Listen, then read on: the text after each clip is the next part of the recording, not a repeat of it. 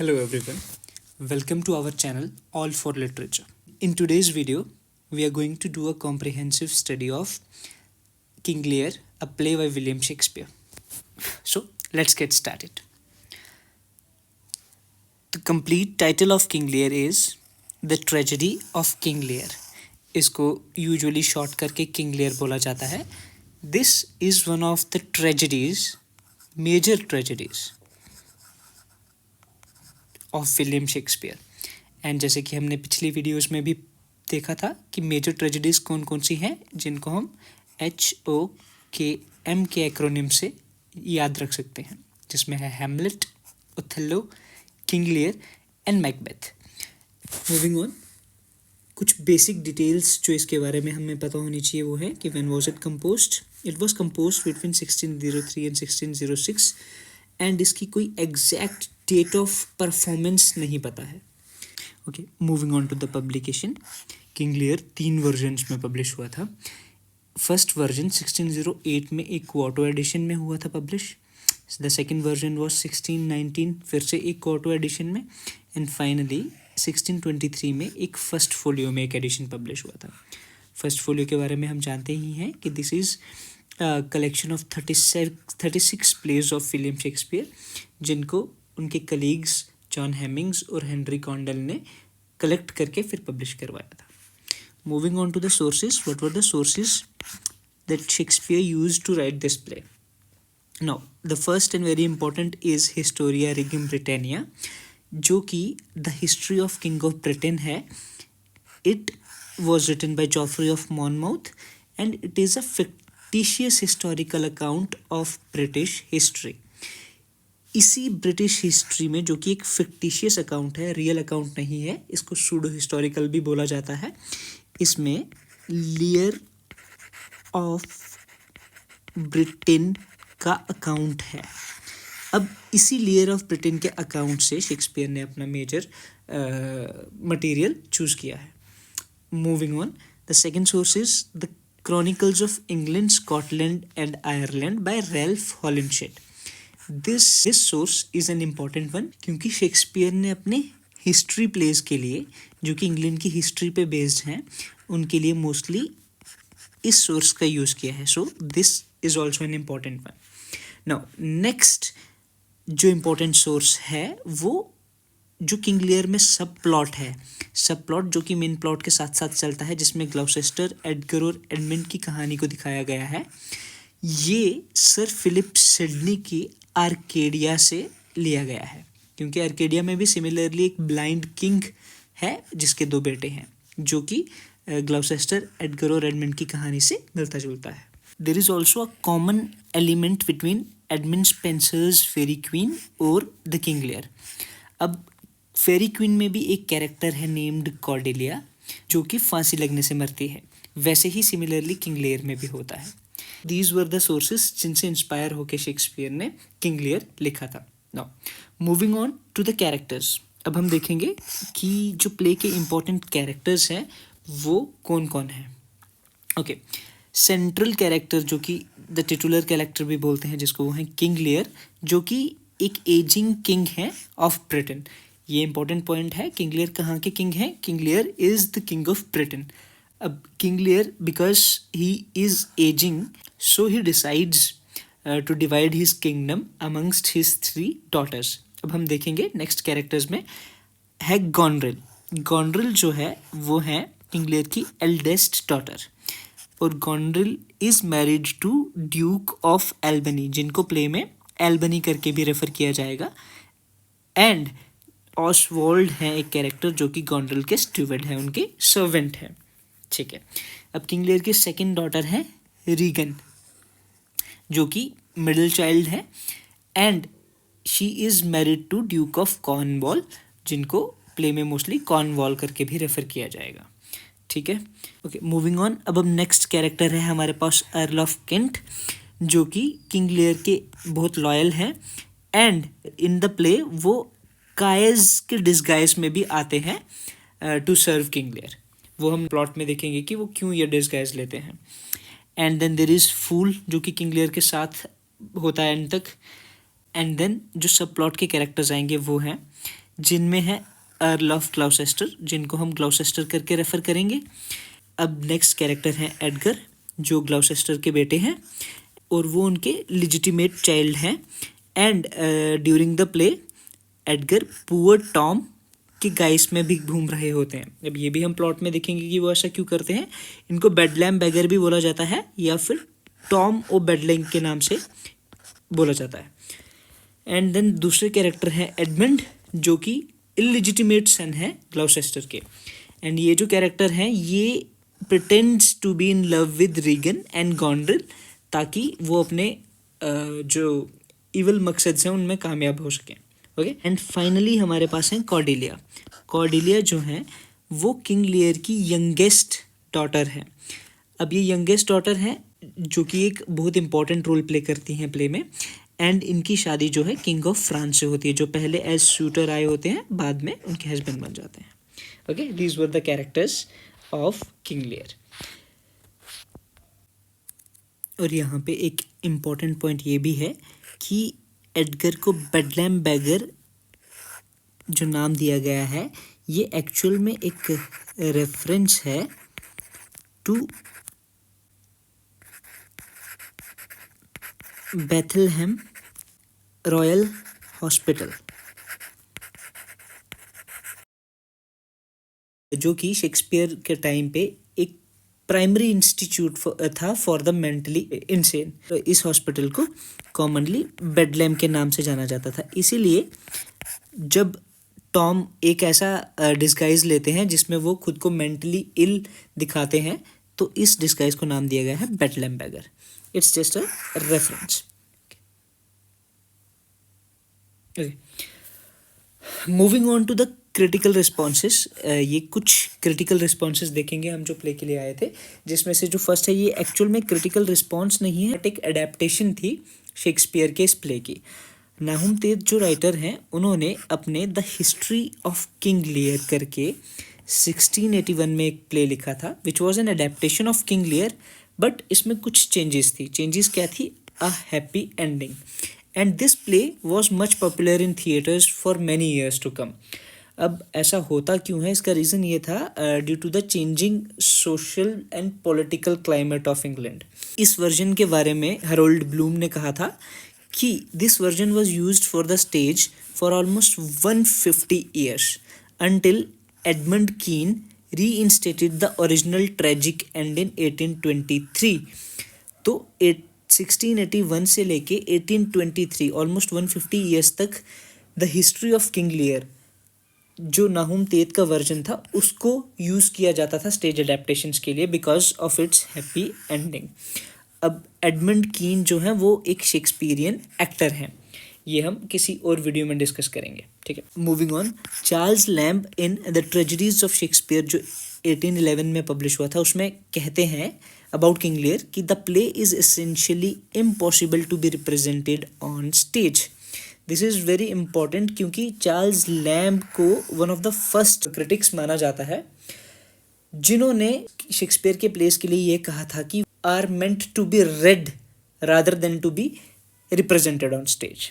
Okay, moving on, PB Shelley अपनी a defence of poetry जो उन्होंने 1821 में लिखी थी उसके लिए कहते हैं कि king Lear is the most perfect specimen of the dramatic art existing in the world.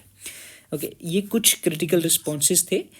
N important thing about Nahum Tate's version is कि इसके एंड में ना तो किंग लियर की डेथ होती है और ना कॉर्डेलिया की, और लियर फिर से ब्रिटेन के किंग बनते हैं एंड कॉर्डेलिया और एडगर की शादी हो जाती है।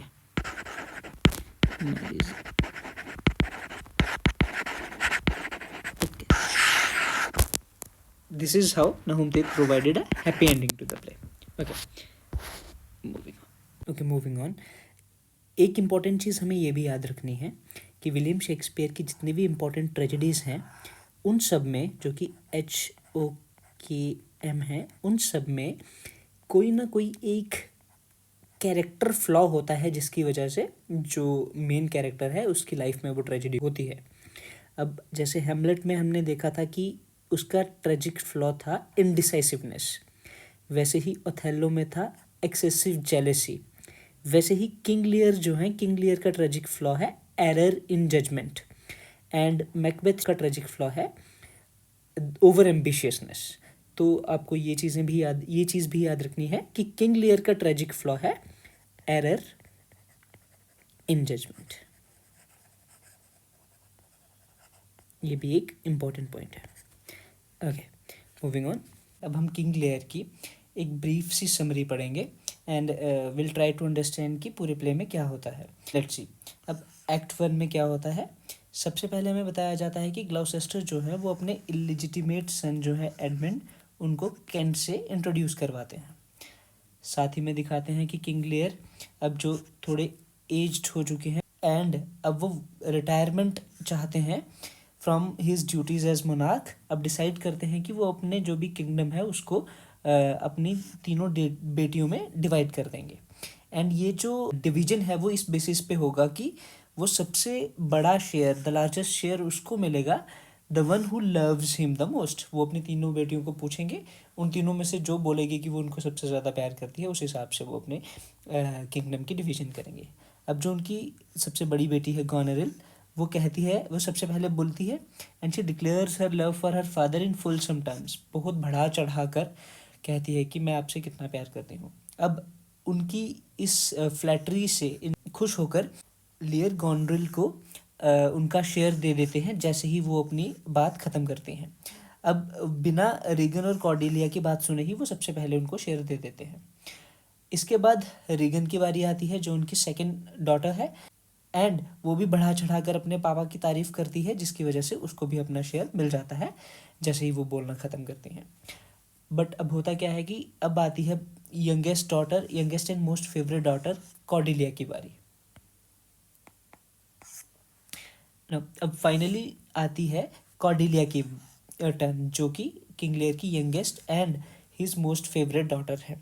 अब पहले तो she refuses to say anything, वो कहती है कि नथिंग माय लॉर्ड। एंड फिर वो ये कहती है कि there is nothing to compare her love to. उसके पास शब्द नहीं है कि वो कैसे एक्सप्रेस करे अपने प्यार को अपने पिता के लिए। और वो बहुत ही ऑनेस्टली और ब्लंटली ये बोलती है कि वो उतना ही प्यार करती है जितना उसका ये फादर डॉटर वाला बॉन्ड अलाउ करते हैं, ना इससे ज़्यादा ना इससे कम। एंड उसको अपना जो आधा प्यार है या अफेक्शन है वो अपने फ्यूचर हस्बैंड के लिए भी बचा के रखनी है, इसलिए वो सारा प्यार लियर को नहीं दे सकती है।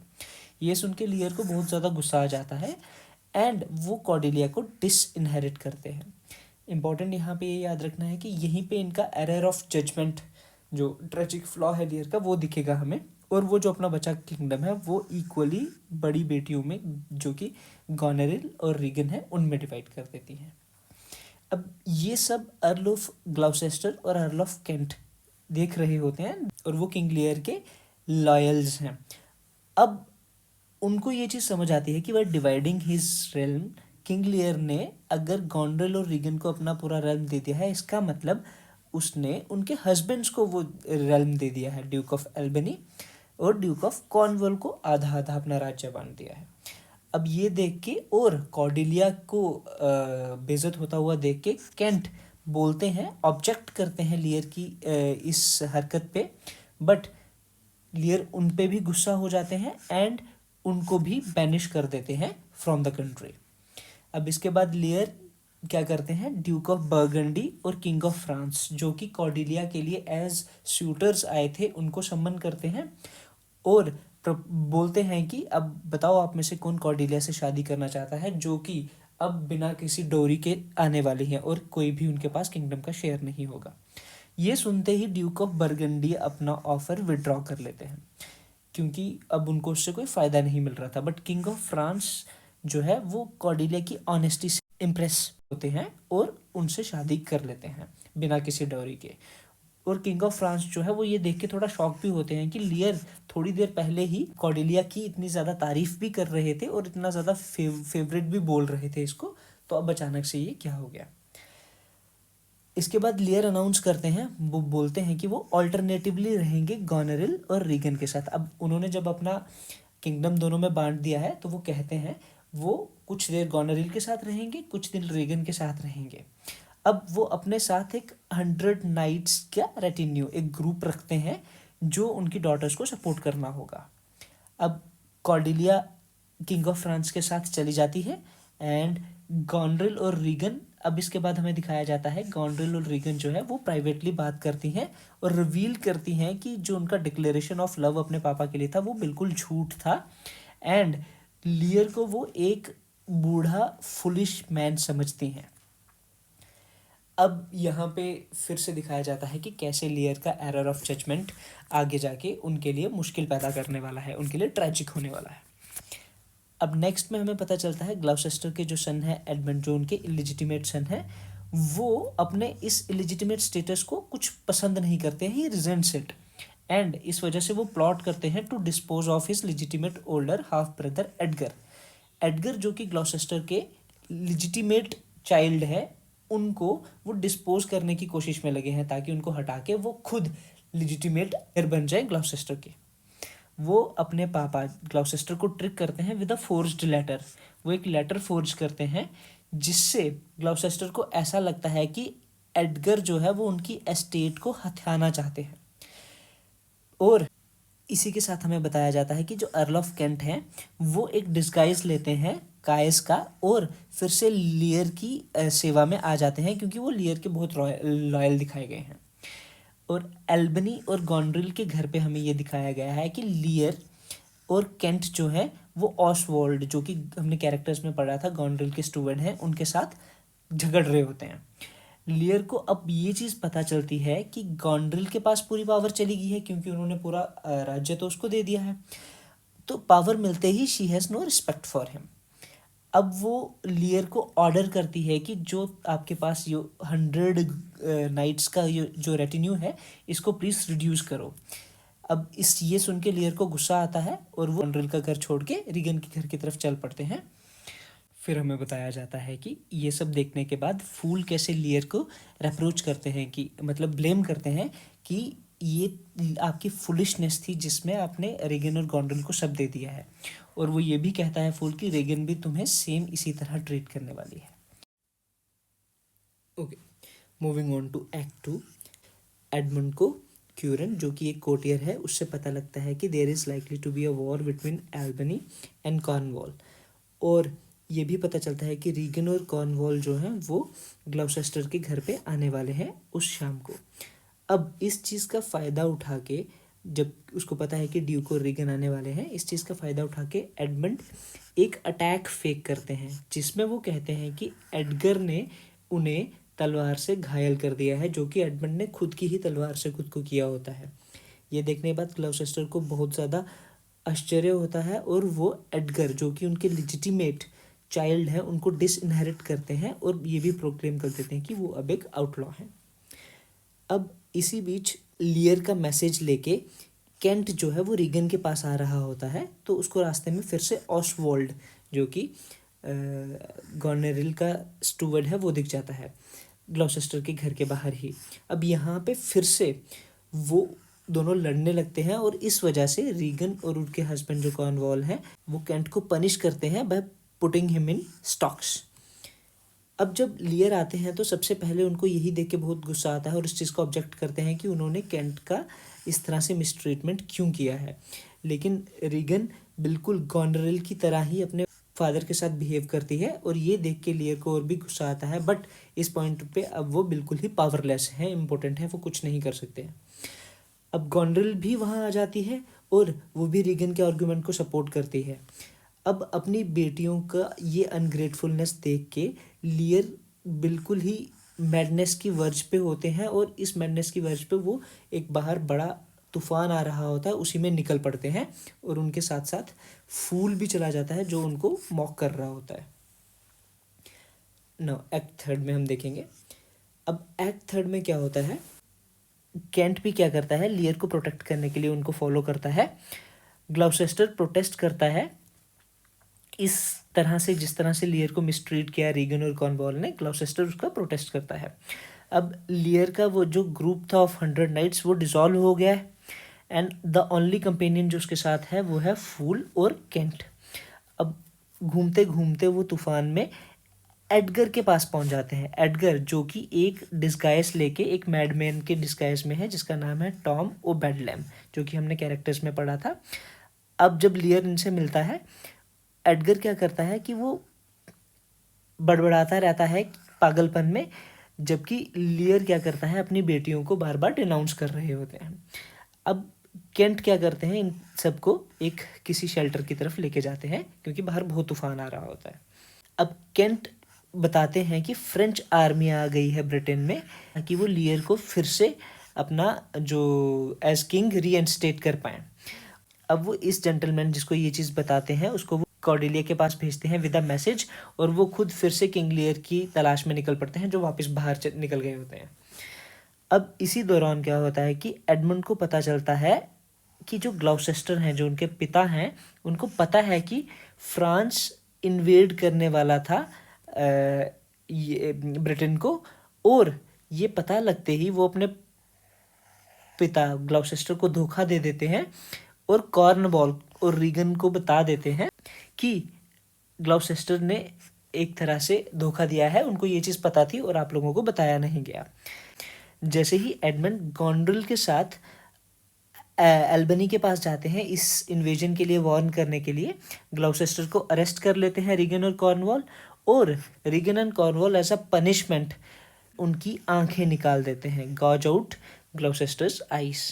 और जैसे ही वो ये कर रहे होते हैं, एक सर्वेंट जो ग्लॉसेस्टर के घर में होता है, वो हॉरर देख के ग्लॉसेस्टर के डिफेंस में कॉर्नवॉल को मॉर्टली वूंड कर देता है, कॉर्नवॉल को जख्मी कर देता है, जिस वजह से कॉर्नवॉल मर जाएंगे। अब रीगन क्या करते हैं, वो इस सर्वेंट को मार देते हैं और ग्लॉसेस्टर को बता भी देते हैं कि एडमंड ने उनको बिट्रे किया है, जो कि एडमंड उनका इलिजिटिमेट चाइल्ड है, उन्होंने ग्लॉसेस्टर को बिट्रे किया है। और फिर जैसे उसने लियर को बाहर निकाला था, वैसे ही वो ब्लाइंड ग्लॉसेस्टर को बाहर भटकने के लिए भेज देती है। एक्ट 4 में हमें दिखाया जाता है कि एडगर अभी भी अपने मैडमैन के डिस्गाइज में है, और यहाँ पे उनको अपने ब्लाइंड फादर दिखाई देते हैं ग्लॉसेस्टर, जो कि वहाँ भटक रहे होते हैं। अब ग्लॉसेस्टर साइटलेस है, तो इस वजह से वो एडगर को पहचान नहीं पाते हैं। वो एडगर को कोई और समझ के ये कहते हैं कि मुझे एक क्लिफ पे ले जाओ, जहाँ से मैं कूद सकूँ और मर जाऊँ। गॉन्ड्रिल को अब पता चलता है कि वो एडमंड को पसंद करती हैं, and she finds him more attractive than her honest husband Albany. Albany क्योंकि वो एल्बनी को कॉवर्डली समझती हैं। अब हमें दिखाते हैं कि कैसे एल्बनी को थोड़ा सा बुरा लगता है जिस तरह से रीगन और गॉन्ड्रिल ने लियर और ग्लॉसेस्टर को ट्रीट किया है उस चीज़ के लिए। और हमें ये भी दिखाया जाता है कि गॉन्ड्रिल एडमंड को वापस रीगन के पास भेजती है जब उसको पता चलता है कि कॉर्नवॉल की डेथ हो गई है, बट अब उसको ये भी डर लगता है कि उसकी जो न्यूली विडाउड सिस्टर है वो शायद एडमंड को उससे छीन ले, तो इसलिए वो ऑसवाल्ड के हाथ एक लेटर भी भेजती है एडमंड के लिए। नेक्स्ट हमें दिखाते हैं कि जब लियर और केंट अकेले हैं, तो केंट उनको फ्रेंच आर्मी की तरफ लेके जा रहे होते हैं, जो कि कॉर्डेलिया कमांड कर रही है, और वो आर्मी इसलिए आई है ताकि लियर को वो रीइंस्टेट कर सकें। लियर अब तक आधे पागल हो चुके हैं और वो बहुत ही ज़्यादा एम्बेरस्ड हैं अपनी पुरानी गलतियों के कारण, इसीलिए वो कॉर्डेलिया को फेस भी नहीं करना चाहते हैं। रीगन की इंस्टिगेशन पे, रीगन के कहने पे एल्बनी जो है वो उसके साथ अपनी फोर्सेस ज्वाइन करते हैं to fight against the French, जो कि कॉर्डेलिया लीड कर रही है जिनको। अब गॉन्ड्रिल की सस्पिशन जो है रीगन की मोटिव्स एडमंड को लेके वो बढ़ जाती है और कंफर्म हो जाती है, क्योंकि रीगन हमें दिखाया जाता है कि रीगन जो है वो ऑसवाल्ड का लेटर देख के ये गेस कर लेती है कि वो क्यों आया है, और वो ये डिक्लेयर करती है ऑसवाल्ड को कि वो अब एक मोर अप्रोप्रिएट मैच है एडमंड के लिए, क्योंकि अब वो विडो भी हैं। देन हमें दिखाते हैं कि कैसे एडगर सिर्फ प्रिटेंड करते हैं कि वो ग्लॉसेस्टर को एक बड़ी क्लिफ पे लेके गए हैं और वहाँ से कहते हैं कि अब आप कूद सकते हो, लेकिन वो ग्लॉसेस्टर को बहुत ही छोटी सी क्लिफ पे लेके गए होते हैं और ग्लॉसेस्टर वहाँ से कूद जाते हैं। जैसे ही ग्लॉसेस्टर वहाँ से कूदते हैं तो एडगर अपनी आवाज़ चेंज करके आते हैं और ग्लॉसेस्टर को कहते हैं कि मैं नीचे से देख रहा था, आप कैसे इतने बड़े फॉल से बच गए, और इसको वो एक मिरेकल कहते हैं। अब देन हमें दिखाते हैं कि लियर बिल्कुल पागल हो चुके हैं और वो बस बार बार यही चीज़ बोले जा रहे हैं कि होल वर्ल्ड इज करप्ट, और वो भागते रहते हैं। देन हमें दिखाया जाता है कि ऑसवाल्ड अभी भी एडमंड को ढूंढ रहा है वो गॉनरिल का लेटर देने के लिए, और रीगन्स के ऑर्डर पे ऑसवाल्ड जो है वो ग्लाउसेस्टर को मारने की कोशिश करता है, लेकिन एडगर ऑसवाल्ड को मार देते हैं ग्लाउसेस्टर को बचाने के लिए। और फिर उनको ऑसवाल्ड के पॉकेट में वो लेटर मिल जाता है जो गॉनरिल ने उनके लिए लिखा होता है, जिसमें वो एडमंड को कहते हैं कि आप एल्बनी को मार दो और गॉनरिल को एज वाइफ ले लो। केंट और कॉर्डिलिया जो है वो लियर को अपने चार्ज में ले लेते हैं और उनकी प्रॉपर इलाज करवाते हैं, और इस वजह से देखा जाता है कि उनकी जो मैडनेस है वो बहुत जल्दी ही ठीक हो रही होती है। एंड यहाँ पे इम्पोर्टेंट पॉइंट ये है कि जो डॉक्टर्स होते हैं वो प्रिस्क्राइब करते हैं स्लीप, ताकि लियर की मैडनेस कम हो सके। Moving on to the final act. अब यहाँ हमें दिखाते हैं कि रीगन, गॉनरिल, एल्बनी और एडमंड अपनी पूरी फोर्सेस के साथ आते हैं to fight against the French. अब यहाँ पे ये भी बताते हैं कि एल्बनी इंसिस्ट करते हैं कि वो फ्रेंच इन्वेडर्स के साथ लड़ेंगे तो सही, लेकिन वो लियर और कॉर्डिलिया को बिल्कुल भी हार्म नहीं करेंगे। एंड हमें ये भी दिखाया जाता है कैसे रीगन और गॉनरिल जो है वो एडमंड के लिए लस्ट कर रही होती हैं, जिसने उन दोनों को ही बेवकूफ़ बनाया होता है। अब एडमंड प्लॉट कर रहे होते हैं जिसमें वो एल्बनी, लियर और कॉर्डेलिया सबको ही मार देंगे। एडगर, अब यहाँ पे हमें दिखाते हैं कि एडगर जिसने ऑसवाल्ड को मार के उसकी पॉकेट से वो लेटर लिया होता है जो गॉनरिल ने एडमंड के लिए लिखा था, वो लेटर लेके एल्बनी को दे देते हैं। एल्बनी जो कि गॉनरिल के हस्बैंड है उनको दे देते हैं। अब बैटल होता है। अब जो ब्रिटेन वाले हैं, ये जो हमारा ग्रुप है रीगन, गॉनरिल, एल्बनी और एडमंड वाला, ये फ्रेंच को डिफीट कर देते हैं और लियर और कॉर्डेलिया को कैप्चर कर लिया जाता है। और इसी बीच हमें दिखाते हैं कि एडमंड अथॉरिटी लेके और रीगन और गॉनरिल को रिप्रेजेंट करते हुए एक सीक्रेट ऑर्डर दे देते हैं, जिस ऑर्डर में कॉर्डेलिया की एग्जीक्यूशन की बात होती है। अब दिखाया जाता है कि जो ब्रिटेन वाले जीत चुके हैं और वो मिलते हैं, एंड रीगन जो अभी अभी रिसेंटली विडो हुई थी कॉर्नवॉल की डेथ के बाद, डिक्लेयर करते हैं कि अब वो एडमंड से शादी करेंगी। बट यहीं पे एल्बनी आते हैं और वो एडमंड और रीगन की चालाकियों को एक्सपोज करते हैं और ये क्लेम कर देते हैं कि एडमंड अब एक ट्रेटर है। अब ये सुन के रीगन बीमार हो जाती हैं, बट इस बीमारी की मेन रीज़न होती है कि गॉनरिल ने उनको पॉइजन कर दिया होता है, एंड उनको ऑफ स्टेज ले जाया जाता है जहाँ पे वो मर जाती हैं। अब एडमंड एल्बनी की बात नहीं मानते हैं और एक ट्रायल बाय कॉम्बैट की बात करते हैं। अब इसी बीच हमें दिखाया जाता है कि एडगर एक मास्क और आर्मर में आते हैं और एडमंड को चैलेंज करते हैं टू अ ड्यूल। अब यहाँ तक अभी किसी को पता नहीं होता है कि ये एडगर है, और वो एडमंड को घायल कर देते हैं, जिसकी वजह से एडमंड थोड़ी देर में मर जाएंगे, लेकिन अभी तक वो मरा नहीं है।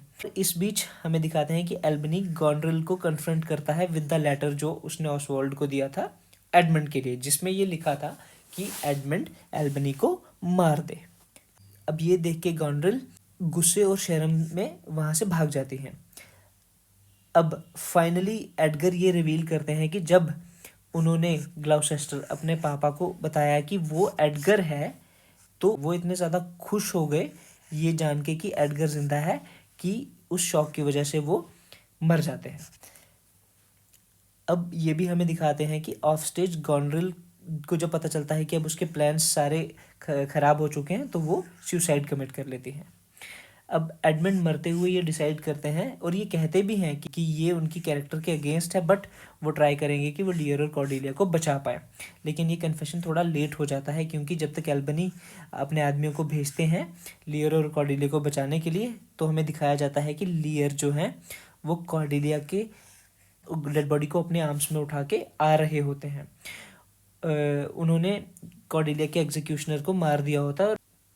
यहाँ पे दिखाते हैं कि केंट भी आते हैं और लियर अब उनको रिकग्नाइज कर लेते हैं, और एल्बनी जो है वो लियर को अर्ज करते हैं कि प्लीज़ आप अपना थ्रोन रिज्यूम कर लीजिए और अपना राज्य वापस ले लीजिए। बट जितना कुछ अभी तक लियर के साथ हुआ है, ये जैसे ग्लौसेस्टर के साथ हुआ था, और ये सब से गुजरने के बाद और स्पेशली कॉर्डेलिया की डेथ बाद लियर भी शॉक की वजह से मर जाते हैं। और फिर दिखाते हैं कि एल्बनी केंट और एडगर को कहते हैं to take charge of the throne, जिसमें से जो केंट हैं वो मना कर देते हैं और एडगर फिर थ्रोन एक्सेप्ट करते हैं। तो this is the brief summary of the play, and going through this हमें एक आइडिया हो जाता है कि प्ले की एग्जैक्ट स्टोरी क्या है। Okay, then moving on. Now we'll see about the deaths that happen in the play. We know Gloucester जो है उनकी डेथ कैसे होती है। सबसे पहले उनको ब्लाइंड किया जाता है, रीगन और उनके हस्बैंड कॉर्नवॉल उनको ब्लाइंड करते हैं, and then at last he dies of shock, जब उनको पता चलता है कि उनका जो लेजिटिमेट बेटा है एडगर वो जिंदा है। Second, Cornwall is stabbed by Gloucester's servant. जब कॉर्नवॉल ग्लाउसेस्टर को ब्लाइंड कर रहे होते हैं तो वो एक सर्वेंट से देखा नहीं जाता है, तो उसमें वो कॉर्नवॉल को स्टैब कर देते हैं, जिसकी वजह से कॉर्नवॉल की डेथ होती है। Then Oswald is stabbed by Edgar. जब ऑसवाल्ड ग्लाउसेस्टर को मारने की कोशिश कर रहे होते हैं तब एडगर बीच में आके ऑसवाल्ड को स्टैब कर देते हैं, जिसकी वजह से ऑसवाल्ड की डेथ हो जाती है। रीगन की डेथ होती है आफ्टर बीइंग पॉइजन्ड बाय गॉनरिल। फिर गॉनरिल को जब उनके हस्बैंड एल्बनी कन्फ्रंट करते हैं उनकी हरकतों के लिए, उस लेटर का बताते हैं जिसमें उन्होंने एडमंड को बोला होता है कि आप एल्बनी को मार दो, तो उसके बाद वो ऑफ स्टेज चली जाती हैं, एंड देन हमें बताया जाता है कि she commits suicide by stabbing herself. फिर एडमंड की डेथ होती है by stabbing, and he stabbed by Edgar in a duel, जिसमें वो थोड़ी देर के बाद मर जाते हैं। कॉर्डेलिया की डेथ होती है from being hanged on the orders of Edmund. And finally King Lear dies because of grief. जब वो देखते हैं कि एक तो उनके साथ इतना सब हुआ होता है during the play, and then finally जब कॉर्डेलिया की भी डेथ हो जाती है तो King Lear dies of grief. Okay, these are the deaths जो आपको याद रखनी है। And moving on, now finally we have some important quotations from the play जो कि हमें एग्जाम्स में पूछी जा सकती हैं। Okay, the first one is nothing can come of nothing, speak again. This is said by Lear to Cordelia. जब starting में लियर डिसाइड करते हैं कि वो अपनी तीनों बेटियों में अपने किंगडम को डिवाइड करेंगे, तो जब कॉर्डेलिया की टर्न आती है बोलने की कि वो कितना प्यार करती हैं लियर को, तो वो कहती हैं कि नथिंग माई लॉर्ड। उसके ऊपर लियर रिप्लाई करते हैं nothing can come of nothing, speak again. Okay, moving on, unhappy that I am, I can not heave my heart into my mouth, I love your majesty according to my bond, no more nor less. अब ये Cordelia कहती हैं लियर को, जब लियर उनको insist करते हैं कहने के लिए कि वो उनको कितना प्यार करती हैं। Next, I am a man more sinned against than sinning. ये लियर कहते हैं जब उनको रियलाइज होता है कि इतना उन्होंने गलत किया नहीं है जितना उनके साथ गलत हो रहा है। Then moving on, as flies to wanton boys are we to the gods, they kill us for their sport. अब these lines are said by Gloucester to himself. Moving on, howl howl howl howl, O you are men of stones, she is gone forever, she is dead as earth. Why should a dog, a horse or rat have life and no breath at all? अब ये final lines हैं king Lear की, जब वो Cordelia की death पे बहुत ही ज़्यादा ग्रीफ में होते हैं तो वो ये चीज़ कहते हैं। Okay, these are a few important quotations from the play, and this is a brief analysis of the tragedy of King Lear. And अगर आपको लेक्चर्स के PDF नोट्स चाहिए तो please let me know in the comments. If you have any suggestion for the channel, या फिर आप किस topic नई वीडियो चाहते हैं, please comment, and please do subscribe to the channel for more such informative content. I hope this helps. Thank you so much.